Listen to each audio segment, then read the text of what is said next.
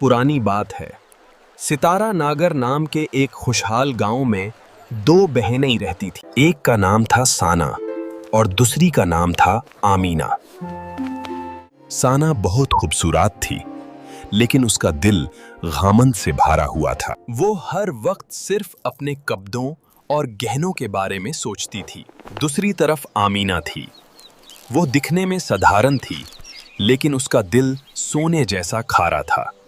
वो गांव के बुजुर्गों की मदद करती और जानवरों को खाना खिलाती थी। एक दिन सितारा नगर का रहम दिल बादशाह सख्त बीमार पड़ गया। हकीमों ने बताया कि बादशाह को सिर्फ एक ही चीज बचा सकती है, जादुई पहाड़ पर मिलने वाला जिंदगी का पानी। लेकिन मुसीबत यह थी कि जादुई पहाड़ का रास्ता खतरनाक था और वहां सिर्फ वही जा सकता था जिसका दिल जादुई लेना एक मुसीबत बन गया था। लेकिन फिर बादशाह को तरकीब सूझी गए। बादशाह का कहना है कि जो कोई भी जिंदगी का पानी लेकर आएगा उसे मुंह मांगा इनाम दिया जाएगा। अगर मैं वो पानी ले आऊं तो मैं ढेर सारा सोना मांगूंगी।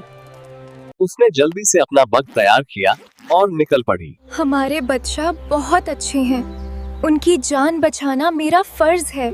ये कहकर अमीना भी अपने रास्ते निकल पड़ी। साना जा रही थी। रास्ते में साना को एक बुढ़ा फकीर मिला जो प्यास से तड़प रहा था। बेटी, थोड़ा पानी पिला दो। हाथों यहाँ से, मेरा पानी मेरे सफार के लिए है, तुम्हारे लिए नहीं। थोड़ी देर बाद आमीना वहां पहुंची। जब उसने फकीर को देखा तो उसने फौरन अपनी बोतल निकाली और सारा पानी उसे पिला दिया। जीती रहो बेटी, तुम्हारा दिल साफ है। आगे रास्ते में तुम्हें एक बोलने वाला शेर मिलेगा, उससे डरना मत, वो तुम्हें रास्ता दिखाएगा। साना जब एक गुफा के पास पहुंची तो वहां एक खौफनाक शेर खड़ा था। साना डर के मारे चिल्लाई और वापस भागने लगी। वो रास्ता भटक गई और कांटों में फंस गई। लेकिन जब आमीना वहां पहुंची तो उसने फकीर की बात याद रखी। वो शेर के पास गई और सार झुकाकर बोली, शेर राजा, मैं अपने बच्चा की जान बचाने आई हूँ, क्या आप मुझे रास्ता देंगे? शेर की आंखों में चमक आई और वो इंसानी जबान में बोला, तुम्हारी हिम्मत और सच्चाई ने मुझे खुश किया। जाओ, जादुई पहाड़ वो सामने है। आमीना पहाड़ की चोटी पर पहुंची।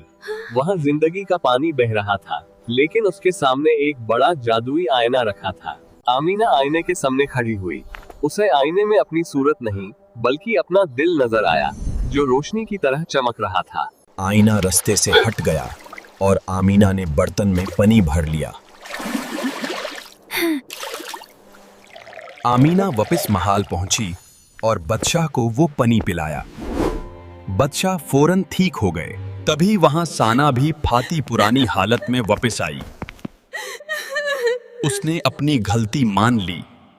बादशाह ने आमीना से कहा, मांगो।